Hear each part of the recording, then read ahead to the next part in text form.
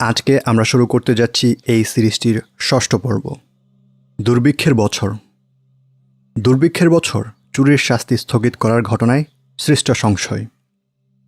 আগের একটি পর্বে আমরা বর্ণনা করেছি যারা পর্যায়ক্রমে শরিয়াহ আইন প্রয়োগের সমর্থক তারা এর সমর্থনে যত দলিল নিয়ে আসেন সেগুলো মোটেও বিষয়টিকে সাব্যস্ত করে না, বরঞ্চ তাদের দেয়া দলিলগুলো নিম্নোক্ত দুটি বিষয়ে যে কোনো একটিকে প্রমাণ করে। এক, মানুষের সামনে শরিয়া উপস্থাপনের সময় কিছু বিষয়কে প্রাধান্য দিয়ে সাজিয়ে বর্ণনা করা। এই বিষয়টি আমরা আগের দুই পর্বে বিস্তারিতভাবে বলেছি। দুই, কোনো ইসলামী আইন প্রয়োগের শর্ত পরিপূর্ণভাবে না পাওয়া যাওয়ার কারণে আইনটি বাস্তবায়ন না করা, সে সময় অন্য আরেকটি শরিয়াহ আইনের উপর আমল করা। এই পর্বে বিষয়টি নিয়েই আমরা আলোচনা করব। আমার ভাইরা, এই সিরিজটি রচনার সময় আমার নিকট যে প্রশ্নটি বারবার এসেছিল তা হল, দুর্ভিক্ষের বছর হজরত ওমর রাদিয়াল্লাহু আনহু চুরির শাস্তি স্থগিত করে দিয়েছিলেন। দেখুন এই মাসআলাটিকে আমার ভাইরা কিভাবে বুঝেছেন। যখন হজরত ওমর রাদিয়াল্লাহু আনহু দেখতে পেলেন জনগণ ক্ষুধা ও দারিদ্র্যে জর্জরিত, তারা জীবন বাঁচাতে বাধ্য হয়ে চুরি করছে, তখন তিনি তার মাথা খাটালেন, শরিয়াহকে একপাশে রেখে নিজের বিবেক অনুযায়ী শাসন করলেন, কারণ তিনি বুঝতে পেরেছিলেন যে এই সময়ে শরিয়াহ প্রয়োগ করা অসম্ভব। এই ধরনের ভুল অনেক বড় ভুলের কারণ। প্রথমে একটি বিষয় বলে রাখা উচিত, দুর্ভিক্ষের বছর চুরির শাস্তি স্থগিত করে দেওয়ার ঘটনাটি হজরত ওমর থেকে সাব্যস্ত নয়। ইবনে আবি শাইবাহ থেকে বর্ণিত এই ঘটনাটিতে দুইজন বর্ণনাকারী মাজহুল, যা শাইখ আলবানী রাহিমাহুল্লাহ তার রচিত গ্রন্থ ইরওয়াউল গালিলে উল্লেখ করেছেন। ইরওয়াউল গালিল 2428 অষ্টম খণ্ড। তবু আমাদের আলোচনায় এই বিষয়টি প্রভাব ফেলবে না। এখন আসুন মূল কথায়। যদি সত্যিই মানুষ দুর্ভিক্ষের বছর ক্ষুধায় নিরুপায় হয়ে চুরি করে বসে, তাহলে হজরত ওমরের উপর আবশ্যক কর্তব্য হল চুরির বিধান বাস্তবায়ন না করা। কেন? কারণ শরিয়াহ তাকে নির্দেশ দেয় এমন অবস্থায় চুরির বিধান কার্যকর না করতে, আর চুরির বিধান কার্যকর করতে হলে অবশ্যই এর শর্ত পূরণ করতে হবে, যা সহিহ হাদিস থেকে সাব্যস্ত। শর্তগুলো হলো, চুরিকৃত বস্তু গোপনে নিতে হবে, চুরিকৃত সম্পদ সম্মানিত হতে হবে, হারাম বস্তু হতে পারবে না, চুরিকৃত সম্পদ একটি নির্দিষ্ট পরিমাণের হতে হবে, চুরি সুরক্ষিত স্থান থেকে হতে হবে, দুইজন ন্যায়পরায়ণ ব্যক্তির সাক্ষ্য দিতে হবে কিংবা নিজেই দুইবার স্বীকারোক্তি দিতে হবে, যার কাছ থেকে চুরি করা হয়েছে তার মামলা করতে হবে, চুরিকৃত সম্পদে চুরের কোনো শুভা বা মালিকানা বা দাবি থাকতে পারবে না। এই শর্তগুলোর কোনো একটিও যদি অসম্পূর্ণ থাকে তাহলে চুরের হাত কাটা বিচারকের জন্য জায়েজ হবে না। এই সংক্রান্ত বিষয়ে 4 মাযহাবের বিস্তারিত আলোচনা দেখুন আল মাওসুআতুল ফিকহিয়া আল কুয়েতিয়াহ চুরি অধ্যায় 24তম খণ্ড 295 পৃষ্ঠা। বিষয়গুলোর একটি হলো, চুরিকৃত সম্পদ একটি নির্ধারিত পরিমাণের হতে হবে। পরিমাণটি হলো 1 স্বর্ণমুদ্রার 1/4। 1 স্বর্ণমুদ্রায় স্বর্ণ থাকে 4 গ্রাম ও 1/4। এই হিসেবে স্বর্ণমুদ্রার 1/4 হলো প্রায় 1 গ্রাম স্বর্ণ, অর্থাৎ বর্তমান সময়ে এর মূল্য 300 মিশরীয় পাউন্ডের চেয়েও বেশি, আমেরিকান হিসেবে $50-এরও বেশি, বাংলাদেশি হিসেবে প্রায় 4,500 টাকা। বিস্তারিত দেখুন আল মাওসুআতুল ফিকহিয়া আল কুয়েতিয়া 176 পৃষ্ঠা 13তম খণ্ড। স্পষ্ট কথা, যে খাবার না পেয়ে চুরি করবে সে নিশ্চয় এত বড় অঙ্ক কিংবা সেই পরিমাণ খাবার চুরি করবে না। আর শরিয়াহ শুধু 1 টুকরো রুটি ও গোশত চুরির অপরাধে হাত কাটার নির্দেশ দেয় না। বিশেষ করে যখন ক্ষুধা নিবারণ করা হচ্ছে, তখন তো প্রশ্নই ওঠে না। আচ্ছা, তবুও যদি ধরে নেই দুর্ভিক্ষের বছর খাবারের মূল্য বৃদ্ধি ঘটল, সেই কারণে দরিদ্র ব্যক্তি ক্ষুধার তাড়নায় এত বড় অংশ চুরি করল যা উপরোক্ত পরিমাণকেও ছাড়িয়েছে। এই সময়েও শরিয়াহ চুরের উপর শাস্তি প্রয়োগ থেকে বাধা দেবে, কারণ চুরের উপর শাস্তি প্রয়োগ করার আরেকটি শর্ত হল, চুরিকৃত সম্পদে চুরের কোনো শুভা থাকতে পারবে না। শুভা শব্দটিকে সহজ ভাষায় বললে, চুরিকৃত সম্পদে চুরের মালিকানার কোনো ধরনের গন্ধও থাকতে পারবে না। যেমন দুর্ভিক্ষের সময়ে ধনীর সম্পদে দরিদ্র লোকের অধিকার তৈরি হয়, যেহেতু চোর তার অধিকার সম্পদ থেকেই চুরি করেছে, সেই ক্ষেত্রে এই অধিকার হলো শুভহা। ঠিক একইভাবে যৌথ সম্পদের কোনো অংশীদার ব্যক্তি পুরো সম্পদ চুরি করলে এই অংশীদারত্বও একটি শুভহা।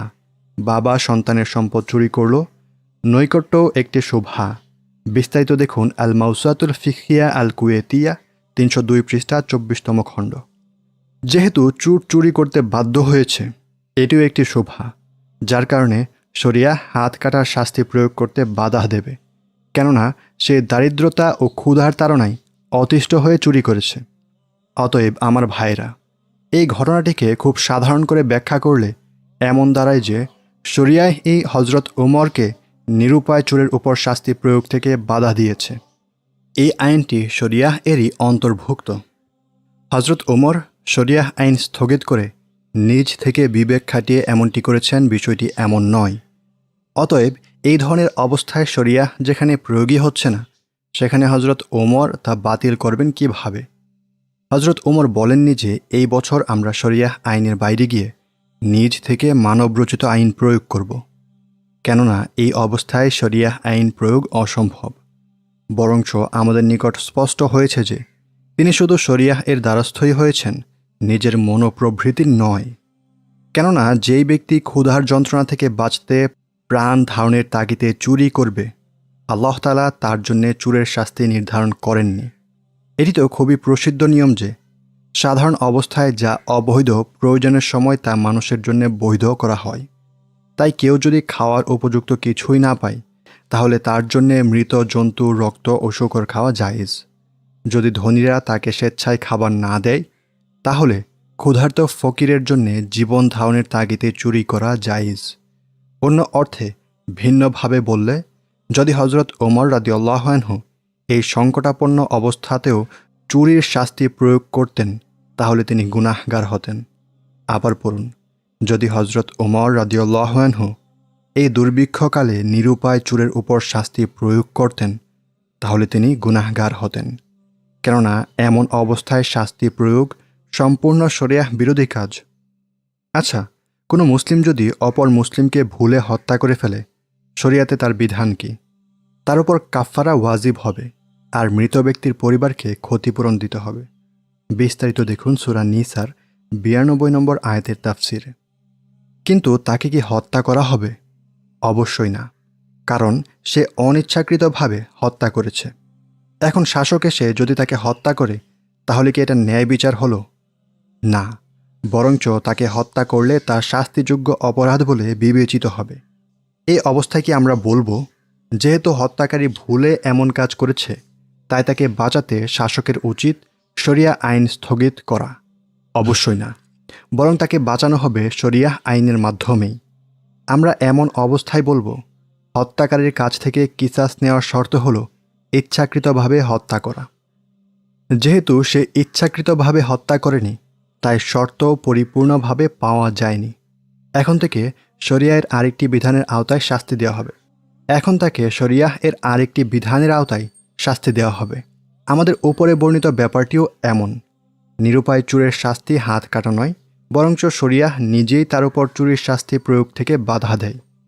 আমার ভাইরা, যেমনটা দেখলেন, এটি সম্পূর্ণ ফিকহি বিষয়, শরিয়াতকে বাদ দিয়ে বিবেক খাটানোর বিষয় নয়। আরেকটি প্রশ্ন তো এমনিতেই জাগে, হজরত ওমরের এই ঘটনা সংঘটিত হওয়ার 1400 বছর অতিক্রান্ত হওয়ার পরেও কি আমরা কোনো আলেমকে বলতে শুনেছি যে এই ঘটনার মাধ্যমে পর্যায়ক্রমে শরিয়াহ আইন প্রয়োগের বিষয়টি প্রমাণিত হয়? কিংবা সালফে সালেহিনের কেউই কি এমনটা বলেছেন? কোনো ইমাম কি এমনটা বুঝেছেন?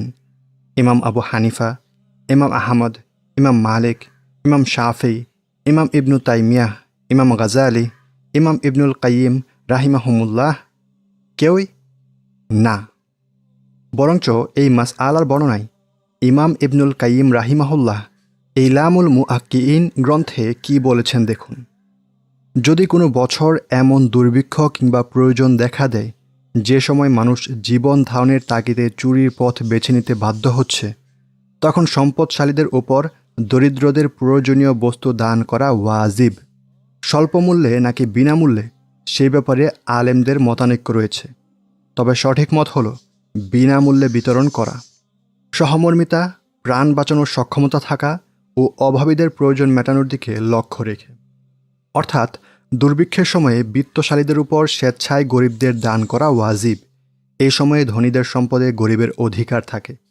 তিনি আরও বলেছেন, আর এই অধিকারের কারণেই মূলত প্রয়োজনের সময় চোরের হাত কাটার বিধান রহিত হয়ে যায়, কেননা সেই সময় তার জন্যে সম্পদশালীর সাথে লড়াই করে খাবার ছিনিয়ে নেয়ার অনুমতি আছে, যা তার ক্ষুধা মেটাবে। অর্থাৎ দুর্ভিক্ষের বছর বাধ্য হয়ে বল প্রয়োগ করে কোনো দরিদ্র ব্যক্তি যদি সম্পদশালী ব্যক্তির কাছ থেকে ওই পরিমাণ সম্পদ ছিনিয়ে নেয় যা তার ক্ষুধা মেটাবে, তাহলে এটি তার জন্যে জায়েজ হবে। ইবনুল কাইয়িম রাহিমাহুল্লাহ আরও বলেন, দুর্ভিক্ষের সময়ে অভাবীদের সংখ্যা বেড়ে যায়। সে সময় এটা পার্থক্য করা মুশকিল হয়ে পড়ে যে কে প্রয়োজনবশত চুরি করেছে আর কে প্রয়োজন ছাড়া চুরি করেছে। তাই কার ওপর শাস্তি প্রয়োগ সম্ভব আর কার ওপর সম্ভব নয়, সেটি পার্থক্য করা সম্ভবপর হয়ে ওঠে না। এই কারণে সেই বছর শাস্তির বিধান স্থগিত রাখা হয়। অর্থাৎ সেই বছর যদি হজরত ওমর রাদিয়াল্লাহু আনহু সাধারণভাবে শাস্তি স্থগিত করেও থাকেন, তাহলে তা এই কারণে যে কে ইচ্ছে করে চুরি করেছে আর কে বাধ্য ও নিরুপায় হয়ে করেছে সেটা নির্ধারণ করা অসম্ভব হয়ে উঠেছে। তিনি আরও বলেন, হ্যাঁ, যদি এটি স্পষ্ট হয় যে চোর কোনো প্রয়োজন ছাড়া চুরি করেছে, তাহলে তার হাত কাটা হবে। ইলামুল মুআক্কিইন 352 পৃষ্ঠা। দেখুন, যদি ধরেও নিই সেই বছর হজরত ওমর রাদিয়াল্লাহু আনহু সাধারণভাবে চুরির শাস্তি স্থগিত করেছিলেন, তার মানে এই নয় যে সমস্ত চুরের জন্যেই তিনি তা স্থগিত করেছেন। বরঞ্চ তখনও যদি এটি প্রমাণিত হতো অমুক লোক প্রয়োজন ছাড়াই চুরি করেছিল আর তার মধ্যে ওপরে বর্ণিত শাস্তি প্রয়োগের সমস্ত শর্ত পরিপূর্ণভাবে পাওয়া গেছে, তাহলে ওই বছরও তার ওপর চুরির শাস্তি প্রয়োগ হতো।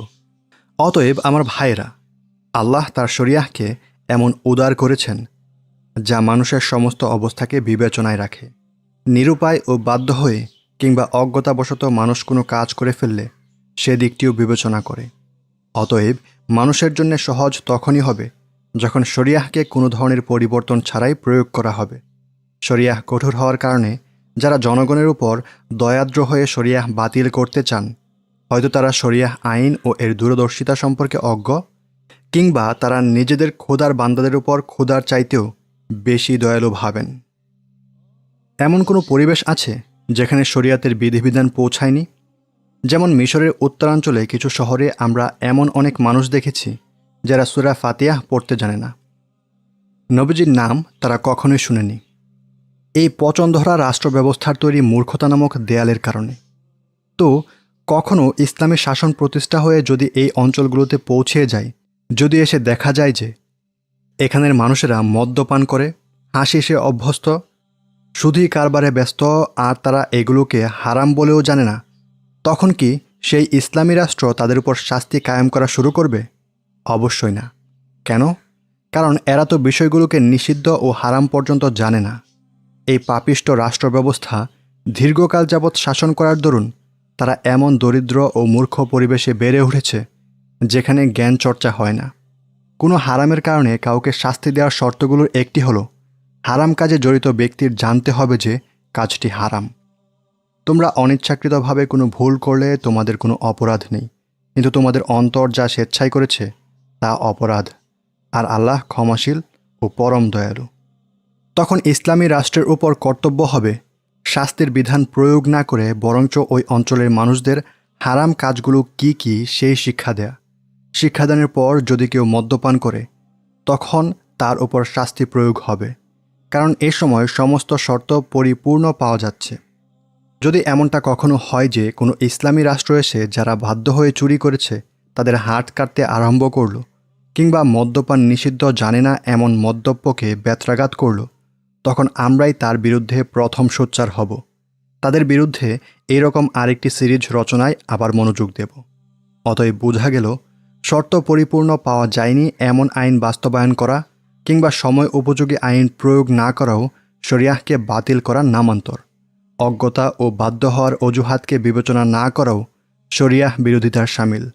যাকে প্রহার করা উচিত নয় তাকে প্রহার করা, কিংবা যাকে শাস্তি না দেয়া প্রয়োজন তাকে শাস্তি দেওয়াও শরিয়াহকে স্থগিত করার নামান্তর। কোনো সরকার যদি এমনটা করে তাহলে আমরা তা কখনোই মেনে নেব না।